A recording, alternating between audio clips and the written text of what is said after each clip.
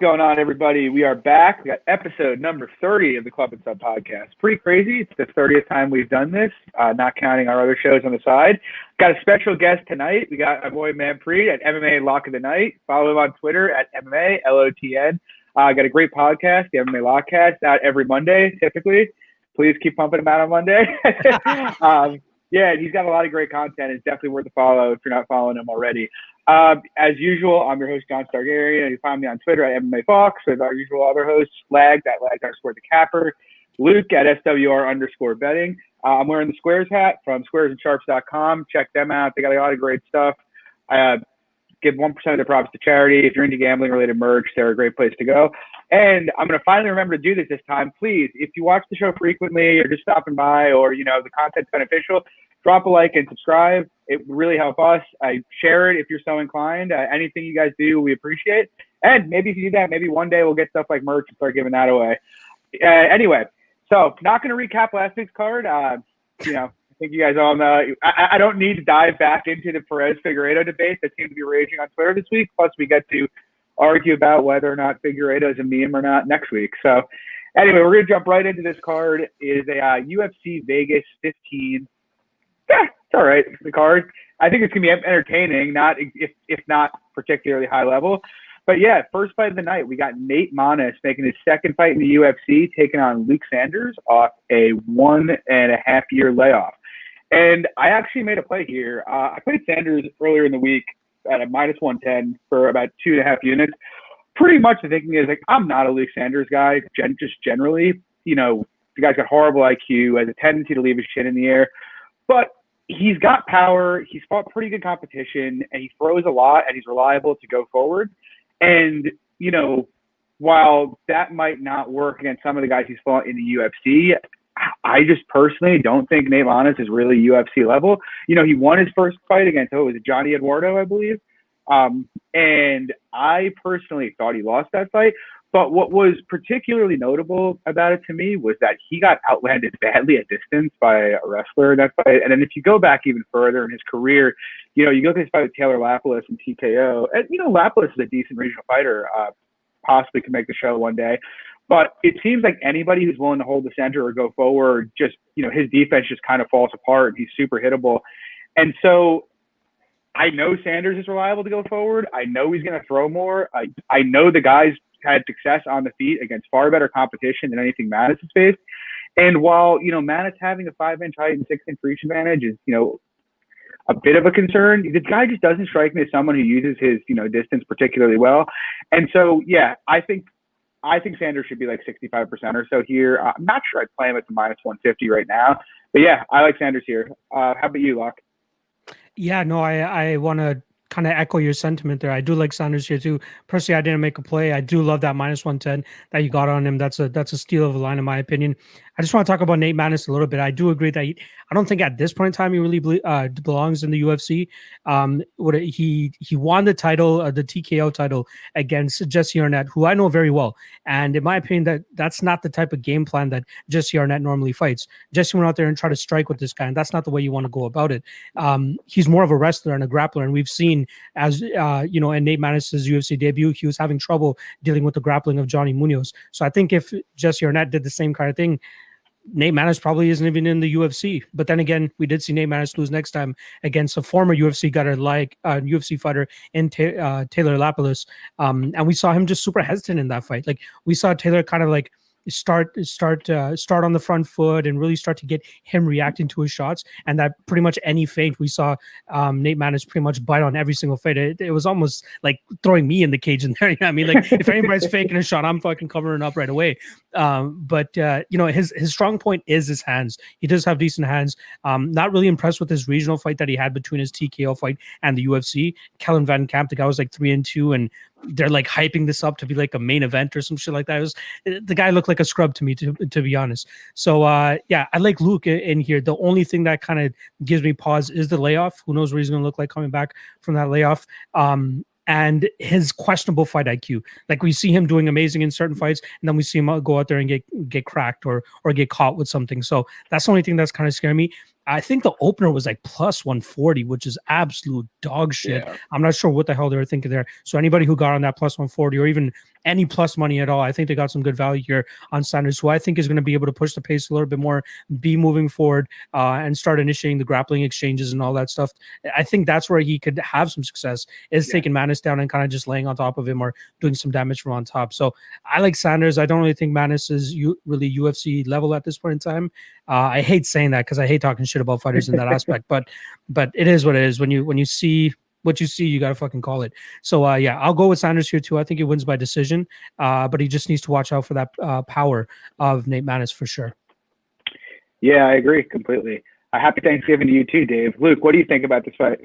Yeah, I pretty much echo your guys' sentiments as well.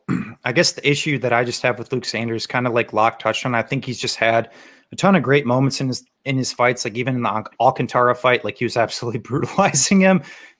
Gets finished. The Souk fight, I thought that was kind of back and forth. First round ends up getting knocked out, but like kind of a big glaring fight for me in terms of like a knock on Sanders for me is actually the Patrick Williams fight, a fight which I think he actually looked largely pretty good in. But it was that later round where it's like, bro, why are you getting hit by Patrick Williams 70 times? He's a 39-year-old who ended up retiring after that.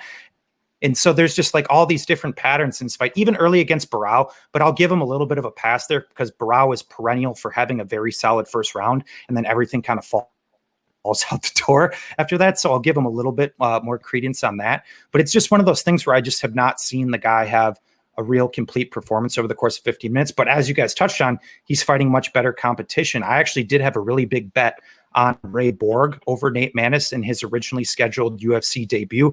I thought that was a pretty terrible matchup for Manis. I think I got it like minus 220 or something like that. But so with that, all that being said, though, I think my hesitation with Sanders is that he's not really a guy who will look to wrestle. I think he only lands 0.31 takedowns over the course of 15 minutes in his UFC career. So that's not to say that he can't come out here, bring the pressure, come forward, outstrike Manis, because I think he can, but also just really not having any of that wrestling also to fall back on. Like, hey, maybe he does, but from historics, we just haven't seen a ton of that from him. And we also have seen defensive issues with him as well.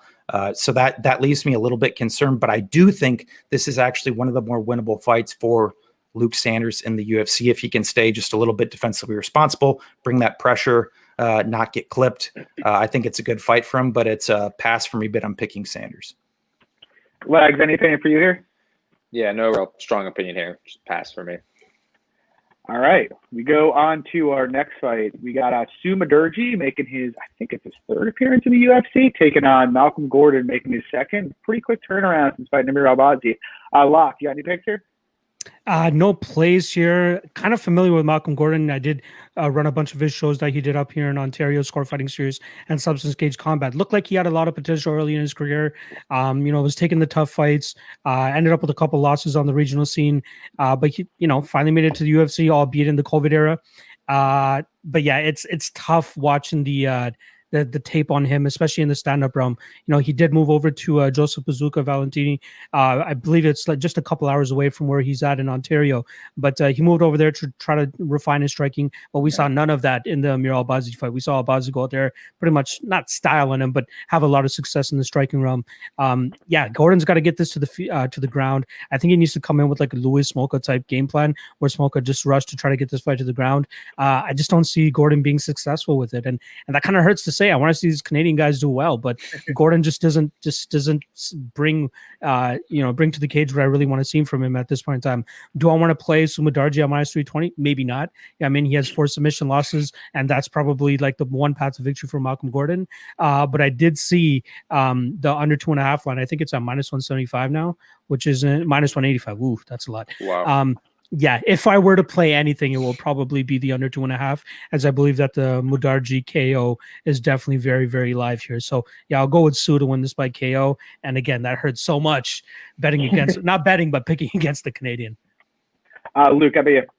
So pretty strong opinion here, not necessarily from a side, but I got 2.5 units on the under 2.5 rounds at minus 165. My big thing here is just kind of as Locke touched on, like I actually watched a ton of Gordon tape. And the one big thing I was really looking at is, has the guy leveled up his striking over the years, whether that's offensively or even defensively?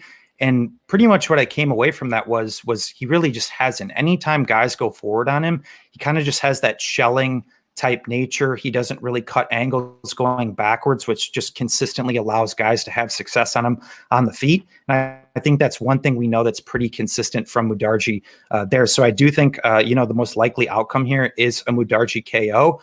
And originally I was actually looking to maybe give a bit more credence to Gordon with that, Mudarji losing by a sub a few times as well. And obviously that being Gordon's best path, but also I don't think Gordon has a ton of offensive wrestling upside either. He's more of a guy who will kind of, play guard or flop a little bit. So with that being said, I think any finishes also that come from Gordon could be kind of memey, but at the same time, I also still have some questions on Mudarji there too. So I would also not be surprised. It's just one of those spots where I think we're going to see, moderately high action in both realms from, defensive irresponsibility from mainly one guy.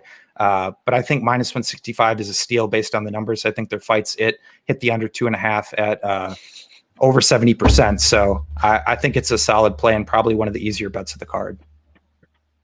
Like, some of you.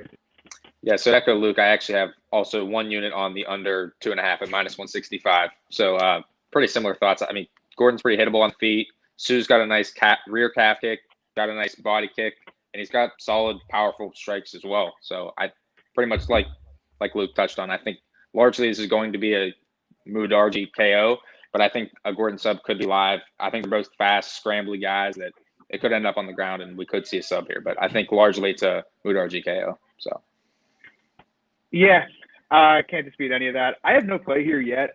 I that plus 175 of Mudarji KO is interesting. I might end up coming down and playing that. See, I was looking. Sorry, real quick. I was looking on FanDuel. It's actually a plus 115 there. So okay, is it interesting? I saw on Best Fight Odds it's like plus 175 though. So I don't know. It's just not adjusting but yet. Either way, I kind of think Mudarji's ground game might be getting underrated a little bit, just because Smolka is not really an easy guy to deal with on the ground for a 125-pounder. The guy's so long and lanky, and he uses that length so well. It's not something most guys, especially a guy coming from a regional scene, is going to be accustomed to when he gets put on the mat. And so I'm inclined at least to think that, maybe it's not as bad as he looked there. And then even beyond that, he fought Sukumatov last fight. And while Lord knows Andre's got his flaws, the guy's a pretty decent wrestler. And the couple times he's had to takedowns, he never really got too close to really getting him down there. And I don't think, Luke touched on it, Malcolm Gordon's really a very good wrestler. I think it's going to be, he would need some kind of scramble to happen or something weird to get this fight down. I think he's going to struggle to get it down otherwise. And, the book's kind of out on Gordon. He just seems to, we saw it against Albazi. You've seen it a million times. The guy just doesn't really seem to be comfortable getting hit. So, yeah, my pick, I have no play as of yet, but my pick's also going to be Mudarji by KO. We go to the next fight of the night. We got Kai Kamaka taking on Jonathan Pierce. Luke, what do you got here? So no play. Obviously, we kind of got a little bit of a late replacement here. Pierce was originally scheduled to face Sean Woodson. I think we kind of had a little bit of a similar take in the sense that we thought Pierce is a really big dog might be live in that spot, just considering some of the defensive wrestling and grappling flaws that we have seen from Sean Woodson. Would have been a bit of a poke, but in this spot, I do think it's a decent spot for Kamaka, but I do think the line is slightly wide just because, Pierce is a guy who is going to go forward, attempt strikes. He's a guy who does have a wrestling background, has a jiu-jitsu background as well. He's he's honestly a pretty well-rounded regional scene guy. I guess where my hang up with him is, I just don't necessarily know if he's UFC level. That's not to say he can't get UFC wins, but I guess long-term, I don't know if he's there. And Kai Kamaka is a guy who's going to come forward and throw heat. But ironically, he's also a guy who doesn't really have a lot of finishes. He's actually largely kind of a decision machine. So originally I was kind of looking at the under 2.5 here, but then, with that consideration, I kind of stayed away. But I do think it's a fight where it's going to be pretty high action with both guys, going forward and throwing strikes. So it could be one of those situations where, the under 2.5 at a pretty solid plus number looks like solid value. Or we just see, largely, a 3-round war where nobody goes out. I actually did have a bet on Kai Kamaka over Tony Kelly in the last fight. And what I will say is I disrespected Tony Kelly way too much in that fight. Tony Kelly gave him one heck of a fight. And win or lose, I know Jonathan Pierce is going to come out here and give this guy a fight. So honestly, I don't really hate anybody taking the decent shot on Pierce. Lags, how about you? Yeah, Z touched on it pretty well there. Pierce is pretty hittable here. I kind of think that Kamaka is going to find a knockout here, probably like second round or third round. I think he's just overall the cleaner, crisper striker, and I think he has a solid wrestling upside here if he wanted to take that path as well. So I do think the line is maybe a little bit wide, but I like Kamaka inside the distance or the underplay as well. Yeah. But, no plays for me, though. It's frustrating because I actually had played Pierce against Woodson. I just thought Pierce's frame and willingness to go forward was pretty similar to what we saw Erosa have a ton of success with, and I actually think Pierce's offensive boxing might be a little crisper. But obviously that got canceled. I do think the line is wide, and to be honest, had I not seen 39-year-old completely washed Joe Lauzon hurt him on the feet, I'd be on Pierce here. It's just I did see that. And I know he's going to go forward and brawl. And, like, I know Kamaka doesn't have a ton of finishes, but he seems like he can crack. It seemed like his shots were really affecting Kelly, especially early in that fight. I think it's an interesting spot, potentially live bet. Kai seemed to slow down a bit against Kelly, and I do expect this is going to be, a bit of a firefight here. So, like, if Pierce can weather the early damage, I think he's going to have success standing. It's just really can he take the damage Kai's giving back to him? But if he shows he can, we might get a decent line going into round 2. Like, maybe even something like in the plus 400 neighborhood. So, I mean, that'll be interesting. It's something to keep an eye on. But no play. Real quick, John. Actually, I think that fight, if I'm not wrong, I remember somebody touched on it. The Kamaka was on short notice against Tony Kelly. Yeah. So. Yeah. But I mean, even so, he's gotten into wars before. He got into a war with Brian Stack in his fight right before that as well. Locke, any thoughts here from you? Just one issue that I want to clear up. I'm seeing it in the comments section as well. The fight is at 145 pounds, so they did take that short notice. I believe the Pierce and Woodson fight was at 145 as well, if I'm not mistaken, because they are both 145ers. But Kamaka's not going up a weight class. This is taken at 145 pounds. My issue here with Jonathan Pierce is this guy's trying to hop on the GSP nickname, the JSP. What the hell is that? Come on, dude. Disrespecting the GOAT like that. Don't be disrespecting the GOAT coming into the UFC, getting knocked out by 39-year-old Joe Lauzon. Come on. Fuck out of here, dude. But no, the one thing that makes me hesitant about Jonathan Pierce is kind of his head ability. Like to see Joe Lauzon with those types of hands and hitting him the way he is, and even on his regional shows, right? Like, I'm not just talking about that one fight with Joe Lauzon. Like, he is quite hittable. I did see somebody in the comment section bring up the prone, Kamaka being wrestle fuck prone pretty much, and that is a little bit of a concern for sure. But it's so weird to consider that this guy is a decision machine, considering his fighting style. Like, especially that Tony Kelly fight, like, he pretty much fights like that every single fight outside of getting into such firefights. But like, the guy likes to throw bungalows, the guy likes to throw crisp, clean shots. But somehow his opponents are still standing there after he throws those shots. Is Jonathan Pierce going to be standing there after those shots? A part of me believes he's not going to. And that's why fuck you, Magic. Not even. Don't even give GSP that type of disrespect here. But either way, I like Kamaka here. Am I willing to play the minus 300 on short notice? Probably not. I don't mind a violence bet. You guys know me. I love my unders. And, even though Kamaka hasn't really seen a finish in his last several fights, I think this is a good matchup for him to go out there and do that. And if Pierce wants to meet him in the center of the cage and go into a firefight, I don't think it's going to turn out pretty well for him. So I do like the plus 165. Personally, haven't made a bet on it myself yet, but it's definitely something that's caught my eye as this week has gone on. So I'll go with Kamaka by finish, but the under 2.5 looks kind of sexy to me. Speaking of look sexy to people, next fight off, we got Rachel Ostovich taking on Gina Mazzany at Legs. You got a play here? Pass. Don't put your money on this fight. Don't. That's all I gotta say. Don't put your money on this fight. Save it and just watch. Yep, save and just watch. All right. Yeah, I'm mostly with you. It's funny. Like, I thought I was gonna play Mazzany before I taped it, and then I taped it, and I'm like, God, yeah, she's bad. And I looked at Ostovich, and it's like, yeah, she looked okay in her last fight against Paige, but Paige is pretty bad as well. I don't know. Something that could be somewhat interested here could maybe be like. And inside the distance, this feels like it's going to be a stupid scramble fest with neither girl being remotely positionally sound and both being vulnerable to submissions. But, yeah, I don't really have much interest in it either. I actually think – I don't know. I think there's probably value on Ostovich, but this is one – like, this would be unforgivable to play this and lose. So, Locke, you got any thoughts here?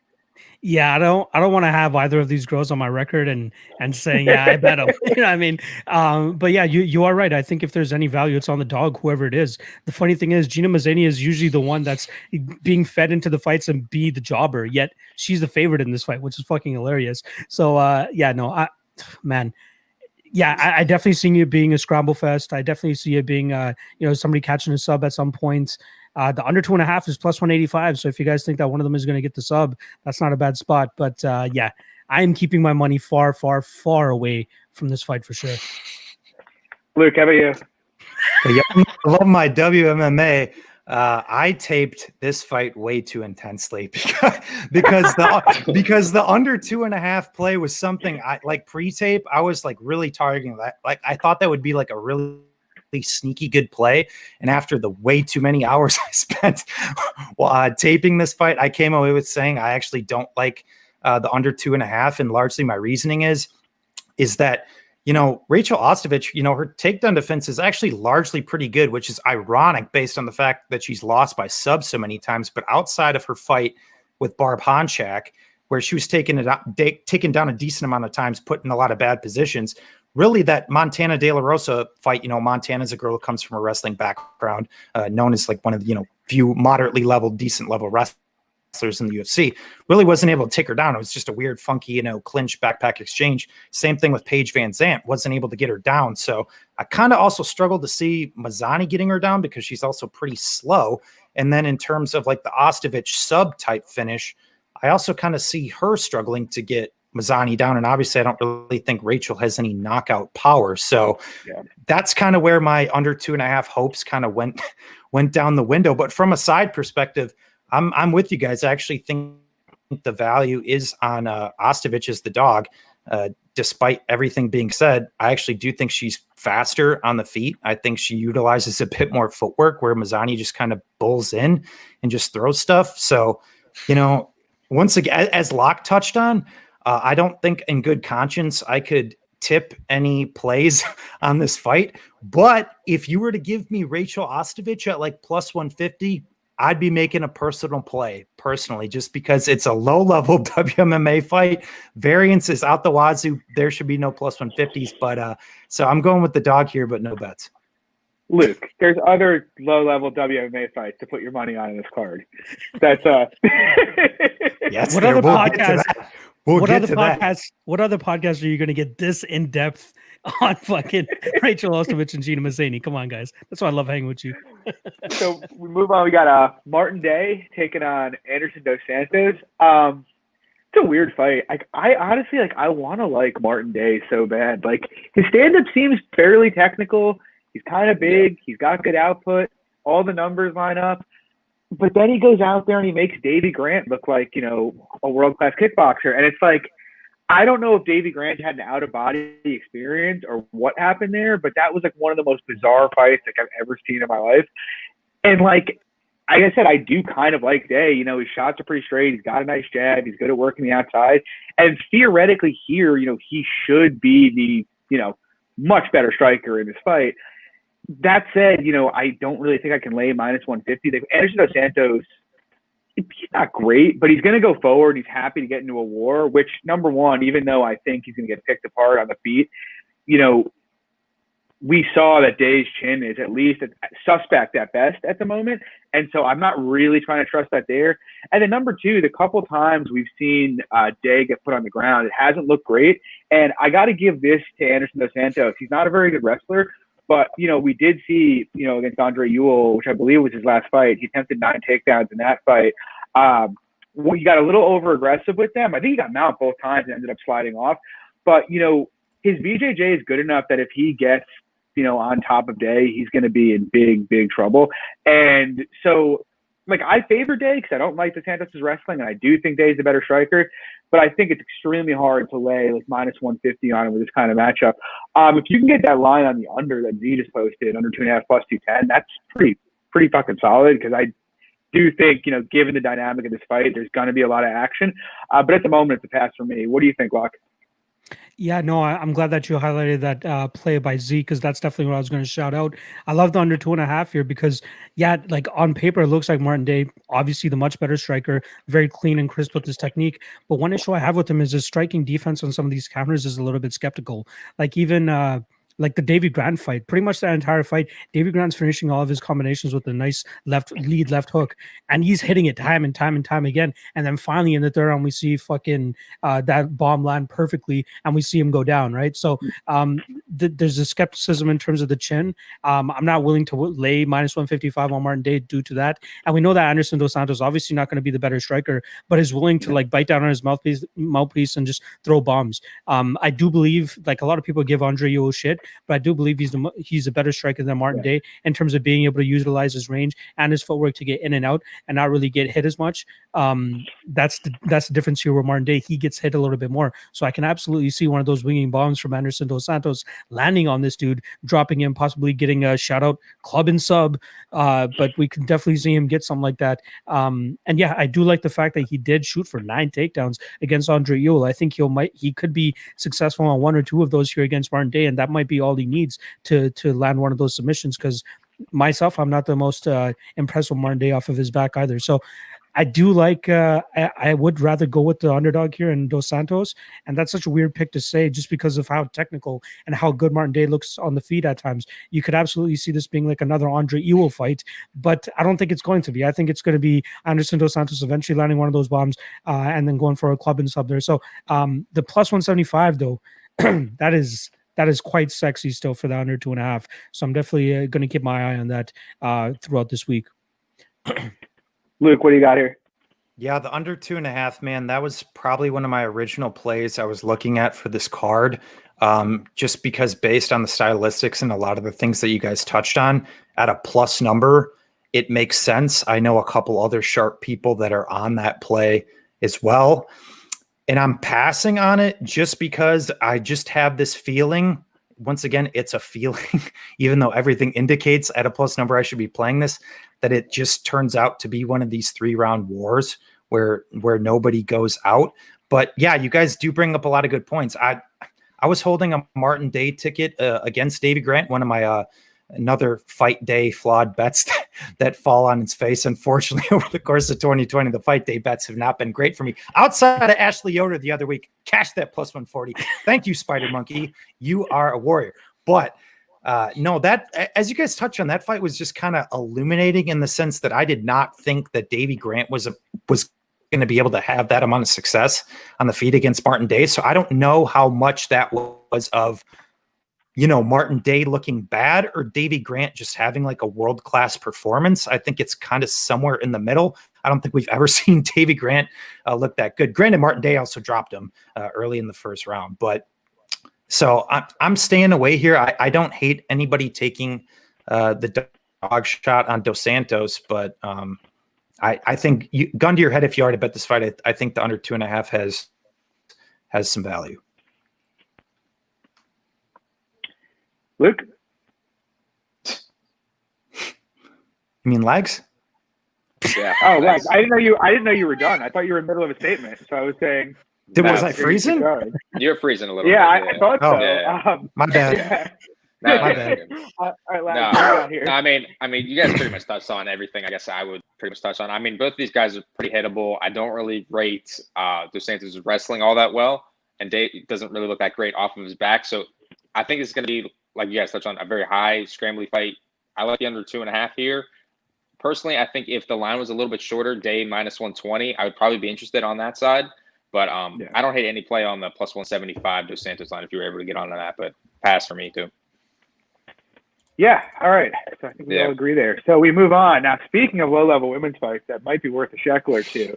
Locke, what do you got here? Ashley Evans-Smith taking on Norma Dumont, coming back off a pretty vicious knockout against Megan Anderson. Pretty vicious. Come on. That was a one-shot. Don't even get me started on Megan. I don't know. Anyway, So the issue with this fight though is, in my opinion, there's just not enough out there on Norma Dumont. Like I have a lot of people in like my YouTube comment for my own podcast and all that saying that she's like a high level jiu-jitsu player or something like that, a high level grappling, whatever the fuck it is. And I'm like, I don't see that on tape. So how am I really supposed to make that connection, right? There's obviously not enough to really see in the Megan Anderson fight. I believe she got her down once, spent a little bit of time on top, and then it was back to the feet. With Ashley Evans Smith, like that girl is insane in terms of her output. In her 4 fights that have gone 15 minutes, she's landed 79 strikes per fight, and she's thrown over 250 on average in those 4 fights, which is absolutely crazy. Just cardio and output for days. How much pop and how much power is behind it? That's a different question. Like that's a different statement altogether. But yeah, I don't know how you can confidently bet either side here, thinking that you have value or thinking that, you know, you're making the right call, because there's just not enough out there on Dumont. So in my opinion, I'd go with Smith. But again, just like the Ostovich fight, I'm keeping my money far away from this because there's way too many question marks that I'm not even going to bother with. If you want to fuck around, go ahead and play the over.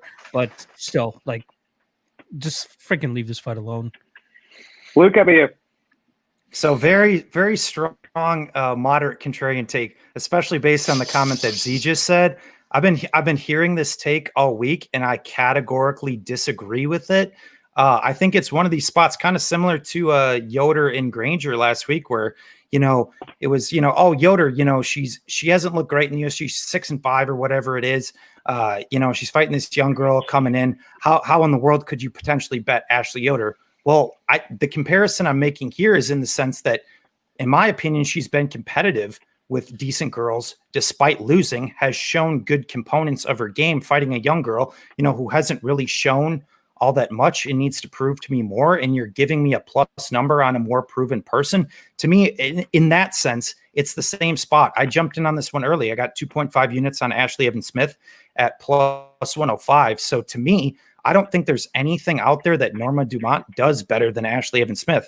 I think Ashley Evans Smith has the better boxing. She has more output, as Locke touched on. She comes from a wrestling background. I believe has a BJJ purple belt as well. And I was actually able to snag my hands on that Mariana Moraes fight in her fight before Megan Anderson, where she did not look good against this girl at all. She got taken down multiple times. She got controlled for probably 5 minutes on the ground there, was able to squeak out a decision there as well and get some ground control time of herself. But once again, against bums, she's been fighting nobody. She hasn't proven anything to me at all. So it's another one of these situations where I'm fine with taking a decent shot on a girl who I know at least can be somewhat reliable and competitive at a UFC level against someone who hasn't shown me anything. Like I 100% people passing on the fight, but I categorically disagree with this narrative. Like, how in the world are you backing Ashley Evans Smith? Or like, to me, that makes no sense. Like if Norma Dumont comes out here as like this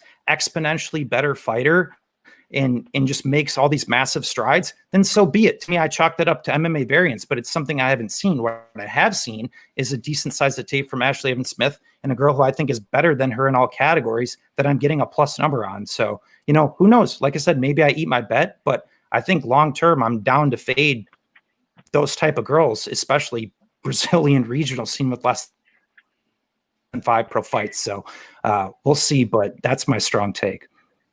Like, how about you? Yeah, so I have 1 unit Ashley Evans Smith as well, plus 115.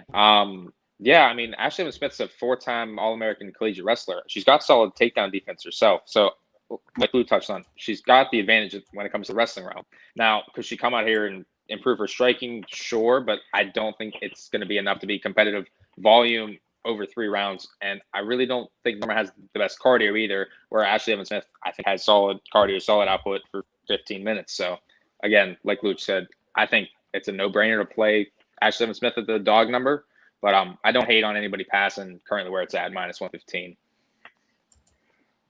Yeah. So I agree with pretty much everything Luke said. I actually got her at an even bigger number. I got her plus 125 on Sunday night. I put 3 units on her there. And to be honest, it's kind of weird, like kind of the takes on Ashley Evans Smith. Like, look, I'm not going to say she's like good, like great, but if you look at her competition, you know, she's had competitive fights with, like, you know, Andrea Lee, fairly competitive fight. Ketlin Vieira, they were pretty much, you know, Ketlin was landing the bigger shots, but on volume, they were pretty much even.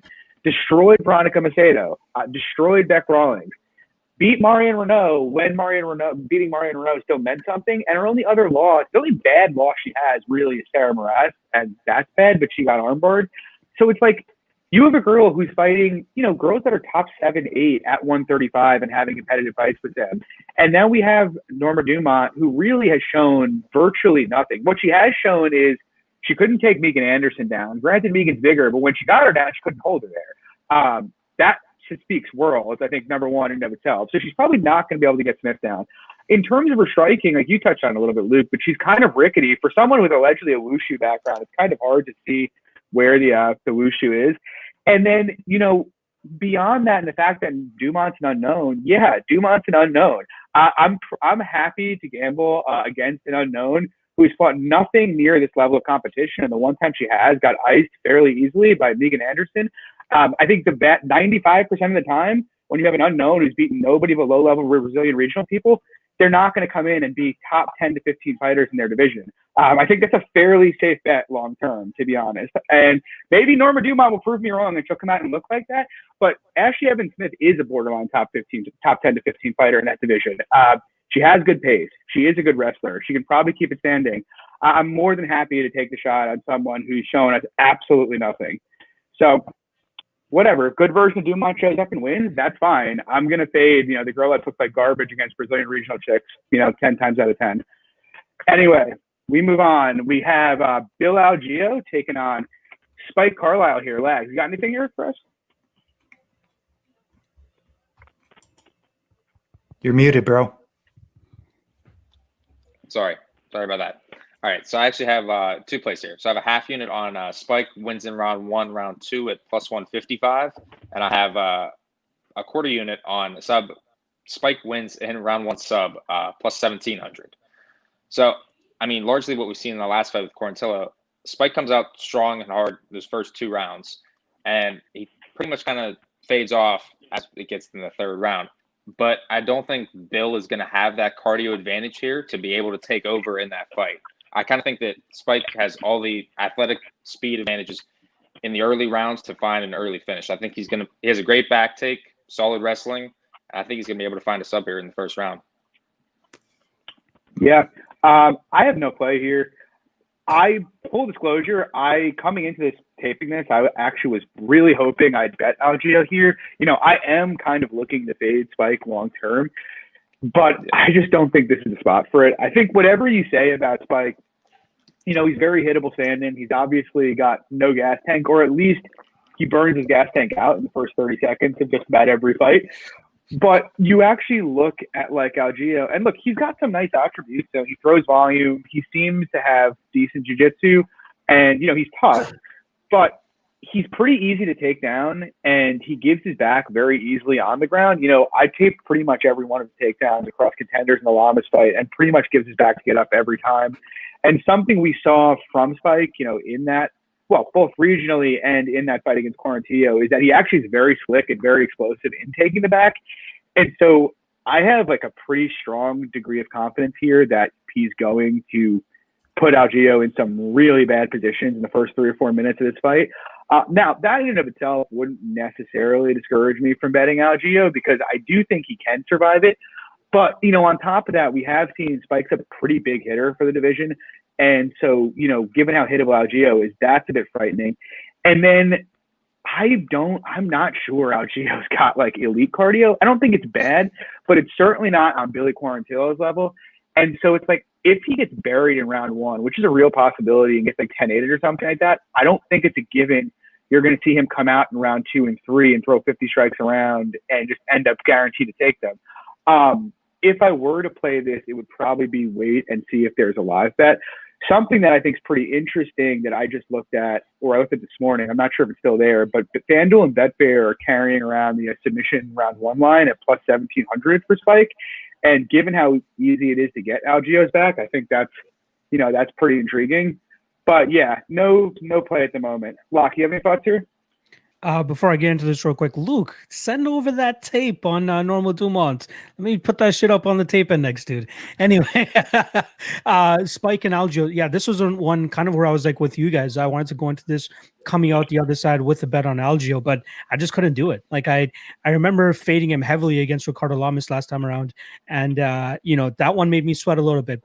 Algeo definitely looked good in there, but once you really start to run in and start to like compare him side by side to Spike, you kind of start to lean Spike a little bit more as to the poor striking defense from Algeo's side. I mean, likes to keep his hands low, likes to flaunt and showboat a little bit. And I think that's going to screw him over here against Spike, who's very explosive, very fast, closes distance ridiculously well.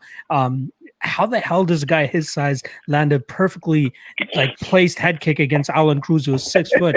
And rocks the guy. You see his eyes just go freaking haywire. I think he could do the same thing here to Bill. You know what I mean? Maybe not land a head kick, but he could probably land a bomb on him or something like that. Now, people want to harp a little bit on his cardio.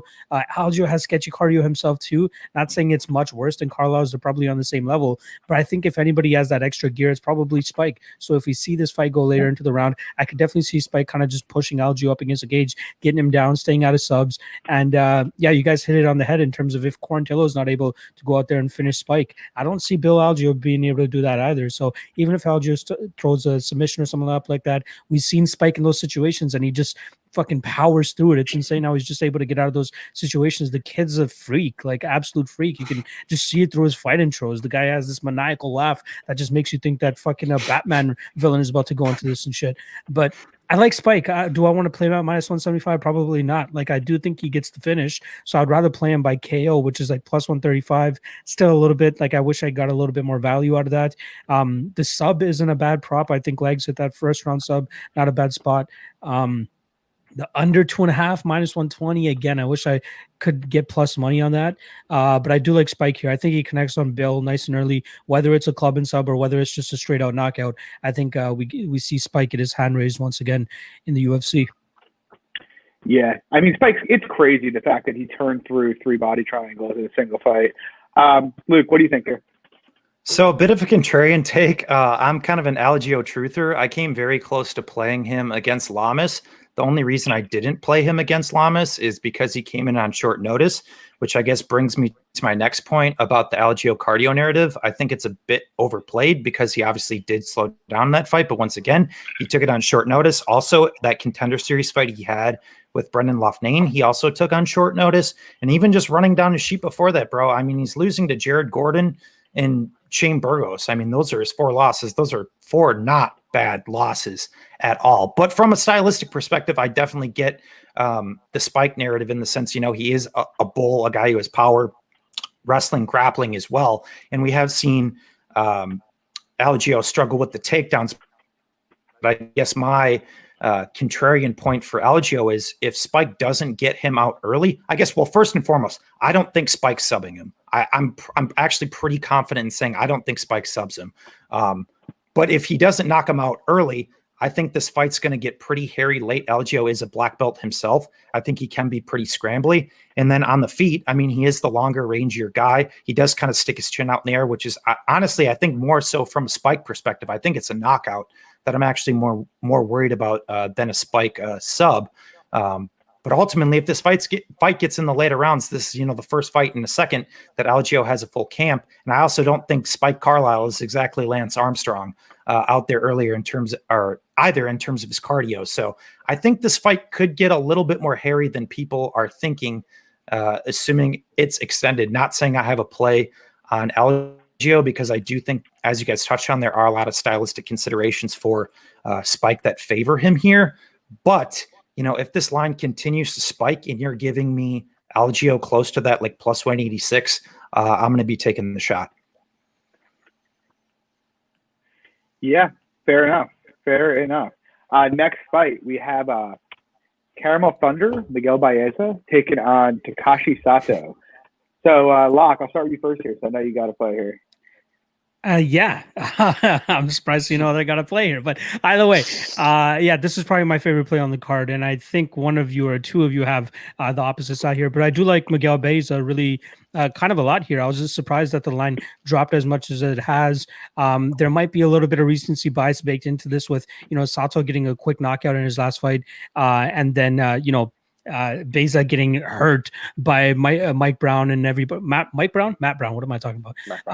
Yeah, I think, but what I like from that is that he showed great durability. You know what I mean? Like, not only did he get hurt, he came back from that, hurt him in the same round, and then eventually drops and finishes him in the second round. And I'm seeing a lot of narrative out there that, okay, just because Sato fights in the southpaw stance, it's going to be harder to get those calf kicks off.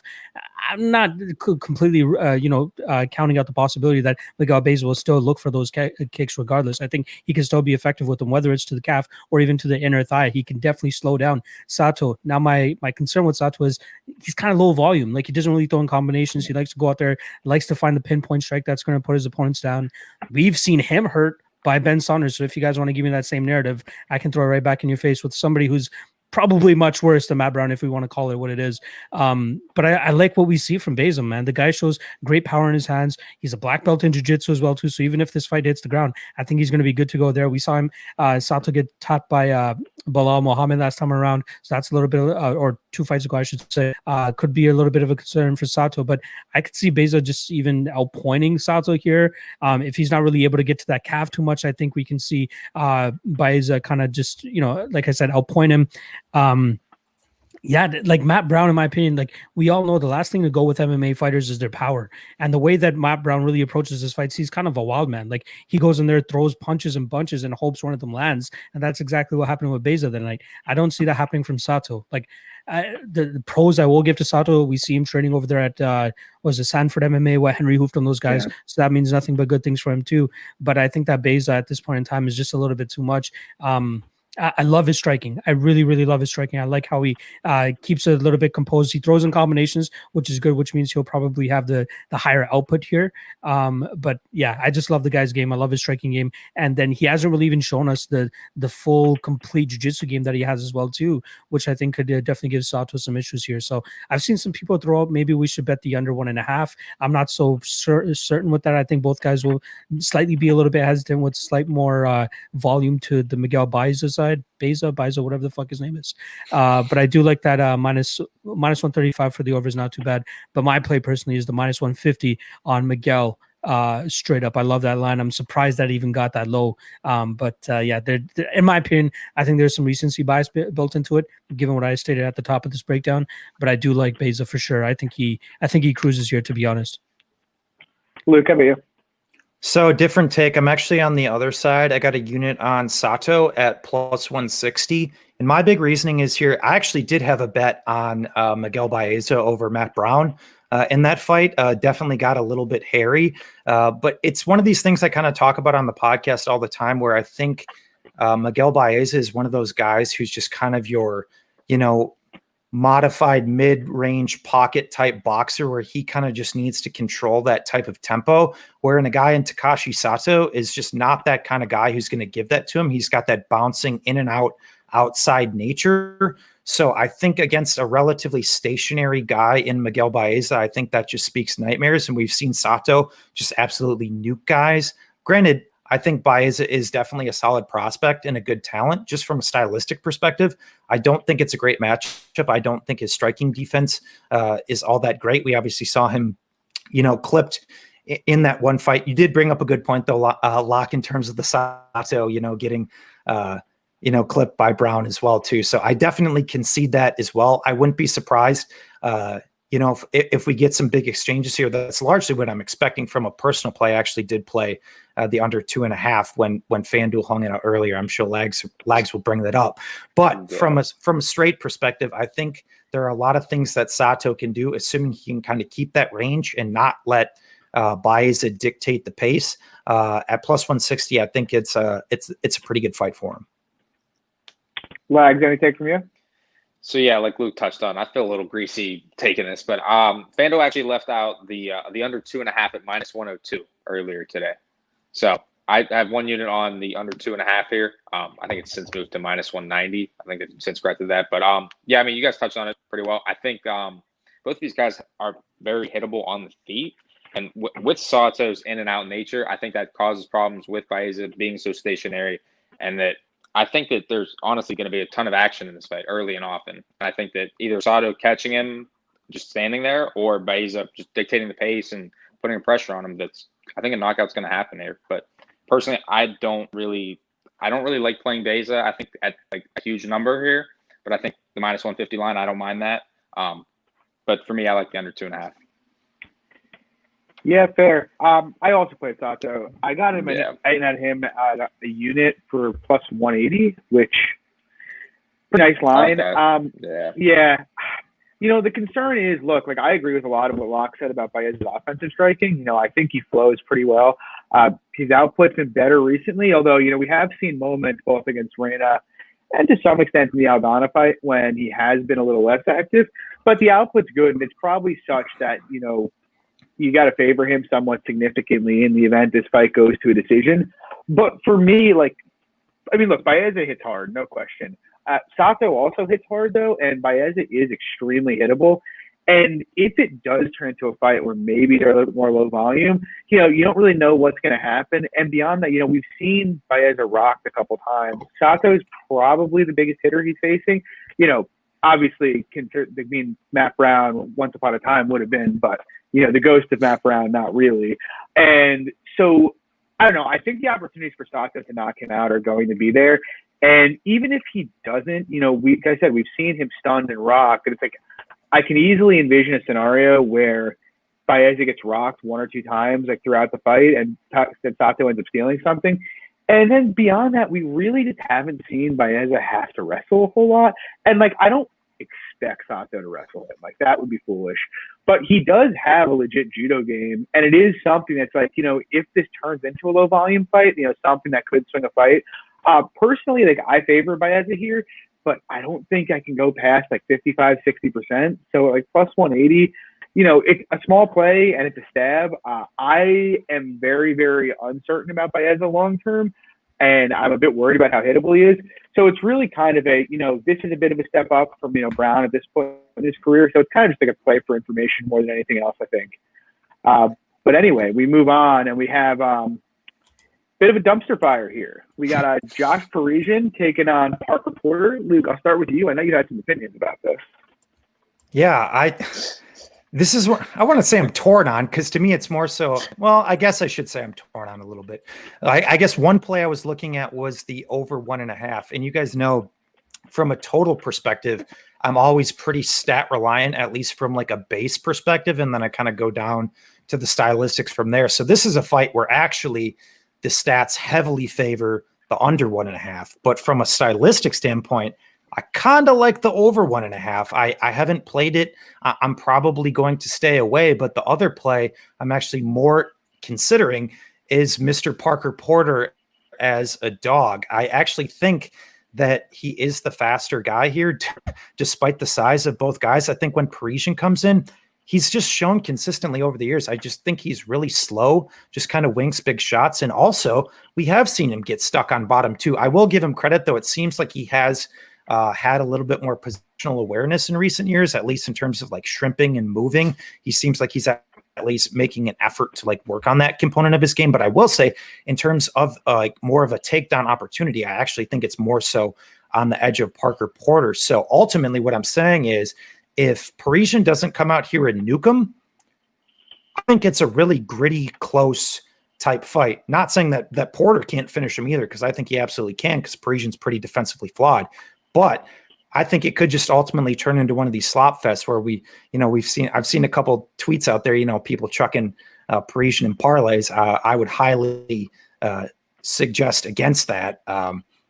So I might end up actually playing Porter. It looks like a decent amount of money came in on him recently, but if I can get him like around plus 200, I kind of like it as a stab. It's just a low level heavyweight fight where I don't think anybody at this level personally should be, you know, this big of a favorite. If you like Parisian, I mean, play a KO. I don't think there's really anything out there to suggest that he can overtly win minutes. in this fight. Maybe he does, but it's not like an extensive sample size. So, Wags, how about you? Yeah, no strong opinions here. It's pretty 50-50 low heavyweight fight, and it's kind of one of those things where I just don't really want to back Porter here. I don't mind the over 1.5 play, but as Lou touched on, all the stats kind of point towards the under 1.5 here, and Parisian knocking him out. So I think it's a pass for me personally, but I don't hate anybody betting on Porter here. I like the dog shot here. Oh, this fight's gross. Yeah. I actually, so it's funny. So obviously you guys all know C. He is still a member of this podcast. He will be back at some point. But C actually has a big bet on Parisian here. So I went into tape here being like, okay, you know, maybe I'll hit Parisian as well. And to be honest, I don't really understand the Parisian angle. Like, I don't think much of Parker Porter. I played Dawkins against him as a dog. And look, Porter is a blown-up middleweight who has taken a lifetime to get here. He's old. He's pretty unathletic. But he is somewhat quick for a big guy. And, like, the one thing that stood out with Parisian more than anything else is he is, like, the slowest heavyweight I think I've ever watched. Like, it is brutal stuff. Like, I don't think he's completely untechnical, but it's just like, I don't think he does anything. Like, it's hard to explain. Like, you know, some guys, you watch them. You know, you said that Rogan clip with Brendan Schaub when he talks about, you know, guys who've been doing this forever, like, they flow. You can see it. He does not have that flow. This looks like a guy who just knows how to throw his weight around, and when he gets on top of people, hold him there and finish him. But I don't think he's a lock to attempt takedowns. A little worried about Porter's durability and at distance. But at distance, I think mostly unless Porter gets hurt, it's going to be competitive. You know, on the other side, I have no real interest in playing Porter just because it does seem like he's pretty chinny and he is a blown-up middleweight. But I don't know. Like, I can't hate anybody for playing it over or that goes the distance here. But it's really hard for me to find a side that's worthwhile. Locke, what about you? Real quick, John, I just want to bring up one point. He did take that Dawkins fight on short notice, and he is walking around 20 pounds lighter right now, too, so he is in better shape. Just throwing that out there. So it's a middleweight, a short middleweight who was blown up, now who's lighter. Hey, still walking around 20 pounds lighter. I still think he has better cardio even in the Dawkins fight, but whatever. I'm sorry. Go ahead. Locke, what do you got here? Yeah, I think the days of Parker Porter at plus 200 are long gone. I think a lot of people are seeing the hate for Parisian out there because early in the week it seemed like, okay, this guy, you know, he should be able to go out there and knock out somebody who just recently got knocked out. Yeah, I mean, exactly. Z hit the nail on the head right there. So I don't think we'll get plus 200 anymore. But the line that I do like, and it's the first one that Luke brought up, was the plus 125 on the over 1.5. I think there's some solid value there. I think Porter is definitely durable, even though he got knocked out by Dawkins last time around. But we saw Dawkins comes back against Rodrigo Nascimento and knocks that guy out. You know, just being the slightly smaller, lighter heavyweight with fast hands, it's probably the way to go, and that seems to be the way that Chris Dawkins is going about his career at this point. So you can't really take too much from that, in my opinion. Yeah. Josh, you guys hit the nail on the head with Josh Parisian as well. The guy's kind of slow, likes to throw spinning shit.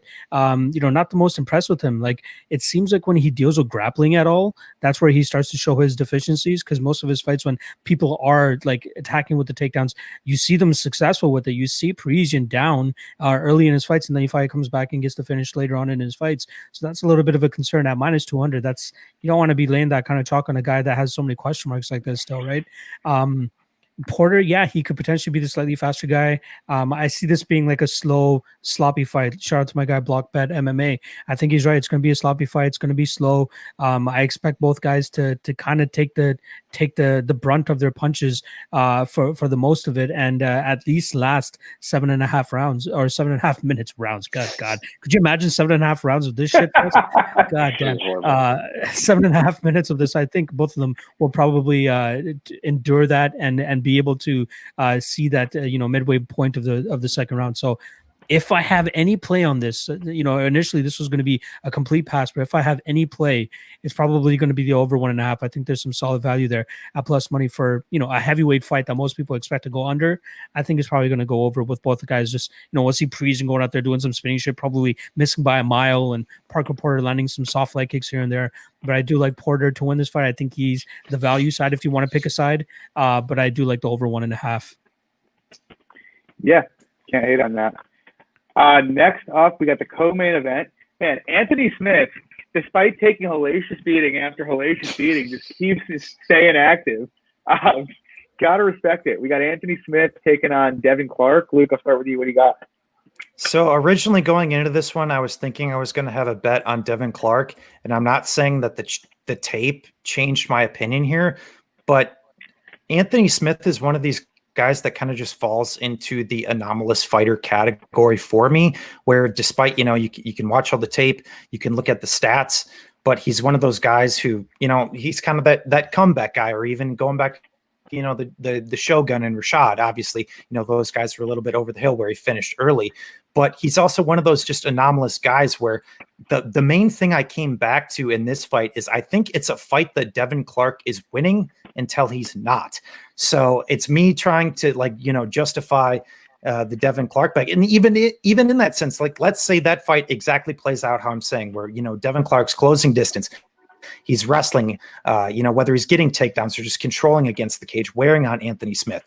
But he's another guy just who has so many defensive flaws in his game where, he'll start throwing the spinning back fists, and then he'll start running away and ducking, or he'll start coming in with these big looping shots. It's that kind of stuff that really, really scares me against a guy in Anthony Smith. That's not to say that Anthony Smith is this excellent counter striker, because to be honest, actually, when guys go forward on him, he largely just kind of shells up. But still, even against a guy like Devin Clark, I feel like if Anthony decides to go forward, even in those latter rounds, that's really kind of where the rubber meets the road, and this fight gets super dicey to me. So from a betting perspective, I think there is a decent amount of value on Devin Clark, but it's one of those spots where you just kind of have to know what you're getting into if you're betting this, because you bet him at plus 120, he's win the fight, go get smoked and clipped. You're like, well, kind of knew that was a distinct possibility, so I'm staying away here, but I really don't hate anybody taking the shot on Clark. Yeah, can't blame me for that. Locke, any thoughts here? Yeah, dude, I am tempted by the plus money on Clark, but I feel like I need a bigger number there. He ate all the bombs from Zoe, and he was able to still chug along and get the victory there.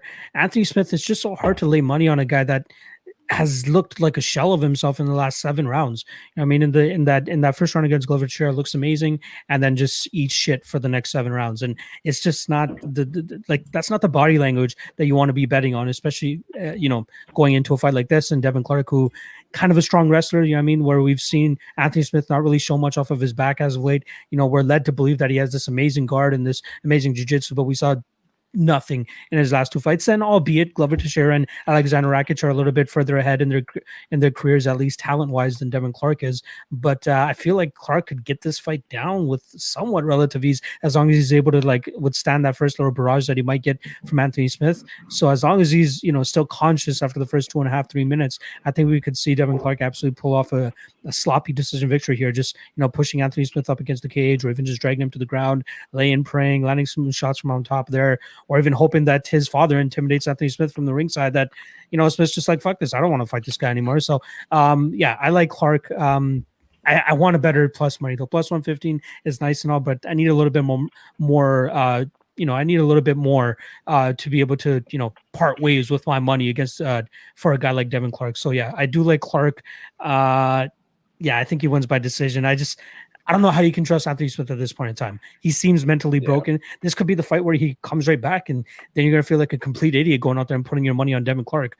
So this might be another one. This is a bad card in terms of betting. There's a lot of questionable volatility spots here. Volatility times infinity, man. It's a very, very tough card for sure. Lags, any thoughts here?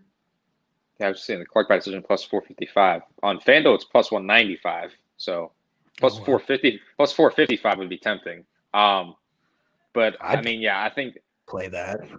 I would play plus 455. Yeah. He might be getting it twisted because it says Clark by inside the distance is plus 455 right now, so he might be just getting mixed up. Yeah. Okay, gotcha. So I think Luke hit this nail on the coffin, honestly. That Clark pretty much has to fight a perfect fight here to beat Anthony Smith, and I'm not completely sold on him doing so. Kind of what we've seen in the past with him. And then with Anthony Smith here, this has kind of been one of his most, like, this is his most winnable fight as of late. So you would think he's, want to have that, strong camp, get that good win over this, like, lower tier opponent.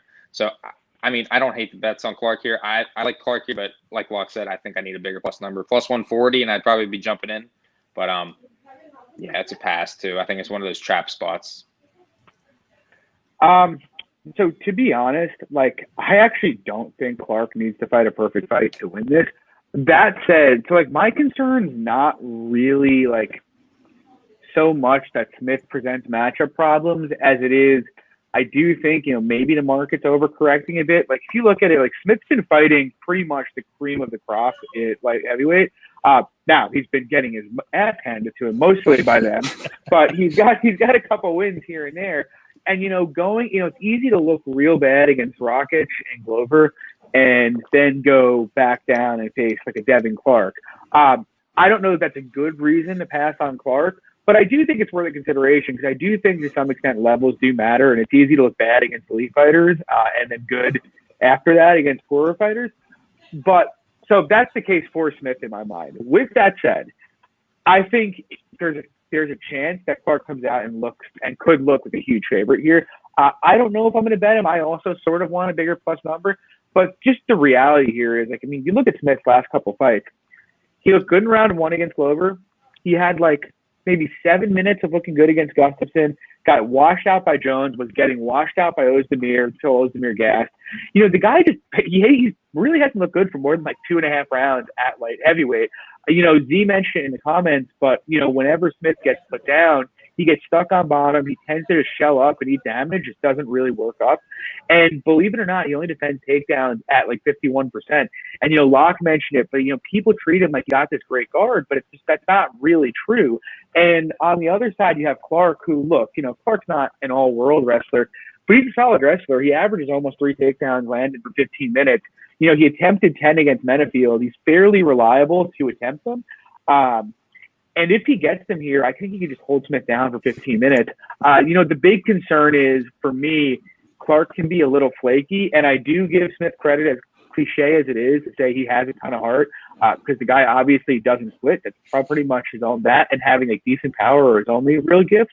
And so, I do worry, like, what happens if, maybe Smith gets up at some point and clips him. Does Clark, like, have a meltdown in the cage and lose? That worries me. The step down in levels worries me. But stylistically, I think it's a very favorable matchup for Clark here. And so I'm still thinking about playing him. I haven't decided either way. If it hits plus 25, I'm going to jump in and hit it, though.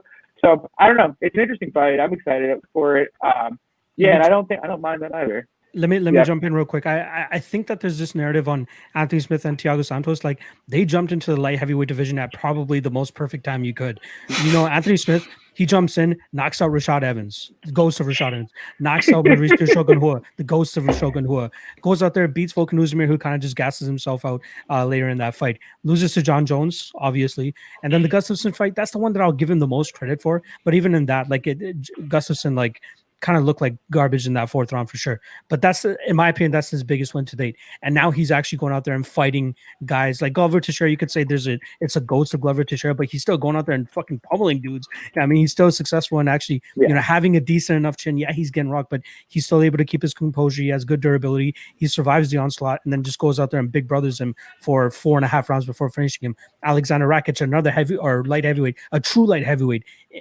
getting close to his prime, getting better and better, and he goes out there and loses him too. So this is another spot with Devin Clark where, this is a true light heavyweight that could potentially, that is on the rise. This, again, I forgot who I cited to, but this is like the slowest up and comer that we've had in the UFC, but he's still an up and comer. Like he's still looking for his signature win. And this could, I don't see, that's the thing. I don't really see this as a signature win because I don't really think that Anthony Smith really belongs at light heavyweight. He should still be a middleweight, but he kind of got lucky. Like the funny thing is, he even came off a loss to Thiago Santos at middleweight and then goes to light heavyweight. And then, and then Thiago Santos is like, fuck it, I'm going to light heavyweight as well too, right? So both those guys benefited from like perfect place, perfect timing, and we've seen what happened to them after Jones as well too, right? Besides the Gustafsson one for Smith.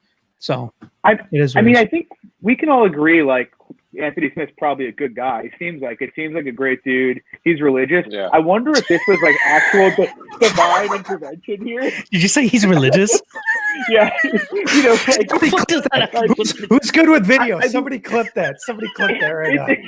It does seem like divine intervention though. Like the guy, he's losing Alex Gustafsson. He goes for a head and arm throw and falls on his back. Oh. He's getting washed out by Volkan Ozdemir, who then decides to grapple and gas himself out. Like the guy hit the inside straight from God to get a title shot, and now it's correcting itself. Like that's got to be it. This is proof of God. Is Anthony Smith getting a title shot and being ranked top 5 in the world of light heavyweight? Oh God, you kill me, John. You fucking kill me, dude. But anyway, we move on. We got I don't know if it'll be the most aesthetically pleasing main event in the world we've ever had, but we got Curtis Razor Blaydes taking on the Black Beast, Derek Lewis. Locke, you want to start us off here? Yeah, dude. Volatility, like my man Luke said a little bit earlier, volatility. Like when you're talking about volatility, you got to talk about Derek Lewis. This guy does not give a fuck if you're technically better than him or, should have all the ducks in his fucking, whatever the fucking saying is. You guys know what the fuck I mean, right? Like he has everything in his favor, yet Derek Lewis can just say, fuck that. I'm going to stand the fuck up and knock you the hell out. Like that's my concern here with the Curtis Blaydes, whose line continues to get worse and worse. Minus 370 for him right now. I get it. Like again, he should go out there, take him down. He should go out there and pound his face in. He doesn't really seek submissions as much, so maybe it's the ground and pound that he's going to be looking for here. And I think he needs to get it done within the first 2.5 rounds, because after that, he's going to have a harder time keeping Derek Lewis down. Derek Lewis will be able to get back to his feet.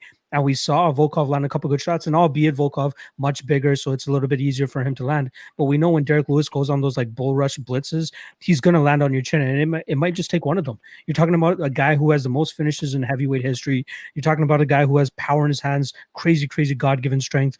I even put a stat out there for you guys the other day. He's 8-1 when his UFC fights reach the round 3. Some of them obviously decisions, some of them obviously a knockout. His only one was that one loss to Mark Hunt in round 4 a couple years ago now. But yeah, like obviously the technical, the analytical guy is going to be like Blaydes all day here. Like I don't see how Lewis wins this, but when you watch Lewis's fight, the guy, if he doesn't have a back issue, the guy's able to just get the fuck back to his feet and just rag on you.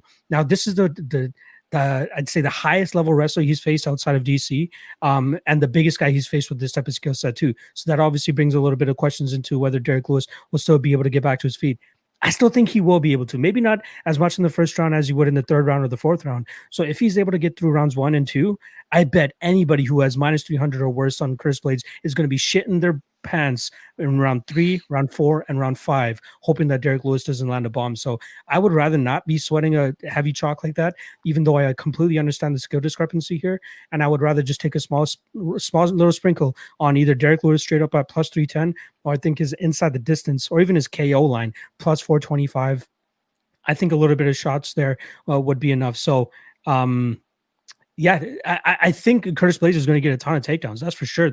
There's no doubt about it. I'm not saying that fucking Derek Lewis is a Jose Aldo with his takedown defense or anything like that, right? We know he's going to get taken down. It's just his ability to get back to his feet. And again, somebody brought it up earlier that Blaydes isn't really a guy that seeks submissions. He's going to have to go out there and seek the ground and pound. He's going to have to go out there and seek the quick finish with his hands rather than actually going for a submission. So that leaves more openings for Derek Lewis to get back to his feet, at least in my opinion, which is why I'm much more comfortable taking an L at half a unit on Derek Lewis at plus 425 by KO rather than taking an L at minus 300 with Curtis Blaydes potentially gassing out. So yeah, I'm going with Blaydes here. I understand the Curtis Blaydes love. I know I'm definitely getting shit on it this whole week since I picked Derek Lewis in the main event, but I'm fine. I'm more than happy. I know what Derek Lewis is capable of, and it may be still PTSD from UFC 229 when he went out there and knocked out Volkov with 13 seconds left. Possibly that. I don't know. But I'm going with Derek Lewis knockout. Even Lewis in rounds 3, 4, and 5, you can get plus 1,600, plus 2,200, plus 3,000. You know what I mean? So sprinkle a little bit, sit back, and just hope that Black Beast knocks this guy out. That's the route that I'm going. Lex, how about you? So my first contrarian point to that would be that this is the biggest guy that he's faced, and I would say he shoots for more takedowns than Prime DC did. So I would say that after all of these takedowns, is Lewis going to have enough energy to muster up those blitzes in those later rounds? I don't know, maybe. So actually, before even taking this fight, I was thinking, okay, Blaydes rounds 1, 2, and 3, that prop on FanDuel, look into that. If it's a nice big number, hit that, because that's probably his best win condition. But then I was looking at it, I was like, okay, it's only plus 135. And overall, I think that I'm not giving enough credence to Lewis here. That, Blaydes in the last fight, we all would agree that his cardio didn't look too great in rounds 4 and 5. He was getting touched on a little bit by Volkov. So I actually like the play here. FanDuel has the fight ends in knockout at minus 145. So I actually put 2 units on that. So I think more like we touched on, I think the more likely scenario is a Blaydes early ground and pound finish. But if this fight gets extended, it wouldn't shock me if Lewis is able to find that knockout blow. Yeah, so look, I get the worries about Blaydes potentially gassing out. Personally, I think he's going to fucking maul Lewis and is going to finish him pretty early in this fight. And honestly, so like, look, the Volkov fight, that was concerning, obviously. The thing is, for me, when you look at that fight, he attempted 25 takedowns in that fight. Volkov continued to work up and work up and work up. Now, Volkov works up in a technical way where he's not going to blow a ton of energy. And, like, I get the thinking that, like, Lewis carries power late in fights, especially because of the Volkov fight. But, we haven't really seen him, like, ragdoll the way he's going to get ragdolled here by Curtis Blaydes. You can stand up and explode like he can, but can you do it more than 3 or 4 times? That would be surprising to me. Like, it would be pretty surprising if, Blaydes takes him down 10 times and Lewis is still exploding back up. I mean, if he can do that, then why doesn't the guy throw more strikes? Because then he's Superman. But, I think what's going to happen here, like, you look at when Lewis has been put on his back by just about everybody, he's very easy to advance against, first of all. So I think Blaydes is going to be able to get into pretty much any position he wants. I don't know if he can hold him down. Maybe Lewis can explode up early, but I also think, and you touched on it, Locke, Blaydes is probably the biggest and strongest guy he's fought too. So if Blaydes does end up holding him down just completely, it wouldn't shock me. And ultimately, I think Blaydes is going to be able to find the positions to posture up and, like, put down ground and pound or get in position to submit him. So, look, maybe I'll be wrong and Lewis just is superhuman and he can just keep popping up, and then nuke Blaydes when he's tired. But I don't think so. Like, I'm also higher on Blaydes than most, but I think pretty much Lewis is going to likely need to get a nuke in one of the opening exchanges. And I kind of think Blaydes is pretty durable, to be honest. Like, even if you look at the 2 Francis fights, one of them was a doctor stoppage between rounds 2 and 3. And the other, look, I didn't have an issue with the stoppage, but he didn't even put Blaydes out cold. He rocked him like 3 times clean and Blaydes is still standing there. The guy's got a chin. So, with all that said, look, would I play minus 400? No. I did parlay the minus 325 with Ilya Taporia next week at minus 109 total. So, yeah, Locke giving me a look there. I hope it's Mike David Jackson. Bring him back on next week.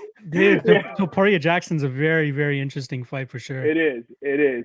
But we'll get into that next week. But, yeah, I mean, I like Blaydes here. I might take a look at some of the finish props as well, but yeah, I like him a lot. Luke, how about you? Yeah, you guys pretty much kind of touched on every point of this fight, so I'll keep it brief. I guess my big thing is, first and foremost, as Locke touched on, Derek Lewis also is one of these guys who falls into the anomalous type category for me, where it's just extremely difficult to cap Derek Lewis fights because he does Derek Lewis things. So I think that needs to be said. But first, secondly, my big question here in this fight is, how does Blaydes approach it? Not necessarily in a sense, okay, we know. Luke, with us? Can you guys hear me? Yeah, you were cutting in and out for a second. Oh, sorry. My big question is, does Blaydes look to lay and pray here? Does Blaydes look to posture up and land strikes? If he does that, when does he decide to do that? Does he decide to do that early? Does he decide to, try to conserve his energy based on the last fight? So he's kind of, peppering here and there, maybe. You're cutting out again, Luke. All right. Can you guys hear him? Lags, lock? Yeah. I can't hear him at all.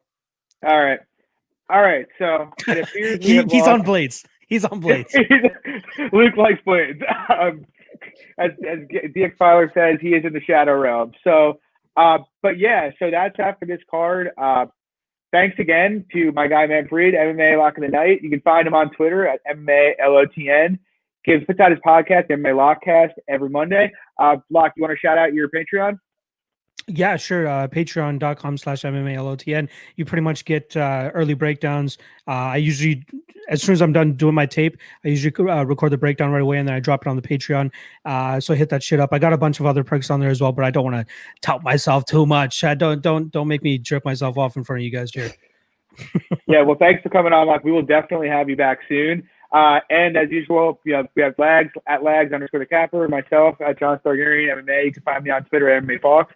And Luke, who our dearly departed Luke, who you can find on Twitter at SWR_betting. Anyway, again, please, if you guys like the podcast, just drop a like, subscribe, share it if you're so inclined. We'd really appreciate it. But yeah, thanks again, Locke, and we'll see you guys next week. Take it easy, guys.